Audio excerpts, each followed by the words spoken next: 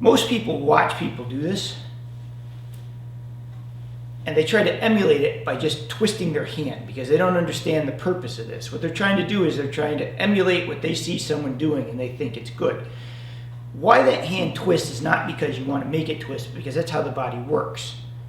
So what happens is if you start like this and you're doing a compression technique where your body comes in and out, what will happen is as you start to reach, the hand naturally turns anyways. That's what it wants to do.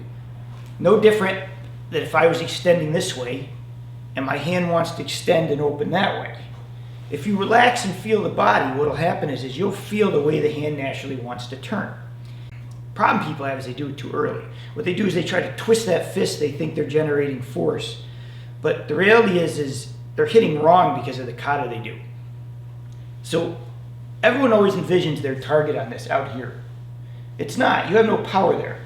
So if I twist this and I hit him like this, I've already wasted all my energy. Ideally, when I hit him, I want to hit him about there, right? Because now I have the ability to go through him a little bit with the arm. My hand will make contact like this most of the time.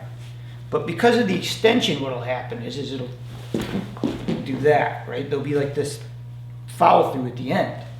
So when you hit, it should penetrate. You should feel it go into the body, and then it should turn. Snap like that. Now the snap does not come from you twisting your wrist really hard. The snap comes from you've already accelerated the fingers.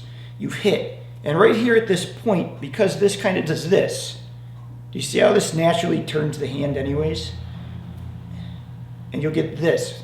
A lot of times you watch styles, they'll actually end up there, almost like this instead of like this. Because naturally that's what the body wants to do. It wants to come back to that position. It doesn't want to hold there because that's tension. When you have tension in your punches, it's hard. It's like running with your legs tense. It doesn't work very well. The other thing that accelerates this thing and why it's a two-knuckle punch is because of how you accelerate it from your fingers. So you have to envision you're trying to accelerate from your fingers, and then it accelerates from the elbow. So how it accelerates from the fingers is not unlike doing this. If I have my two bottom fingers, I go like this, and I'm propelling this like that. That's how I accelerate this motion. You got this, right? Well, when you accelerate the punch, the same thing happens. I have this, these pull, and this pulls, which accelerates that hand. And when it does that, you'll notice it turns the hand, and eventually it becomes that. This is not my fist and using muscles. I turn it like this. It should accelerate. This thing is an explosion.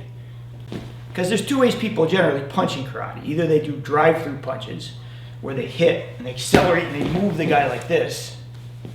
Or you have punches that go more like this, which explode and pop.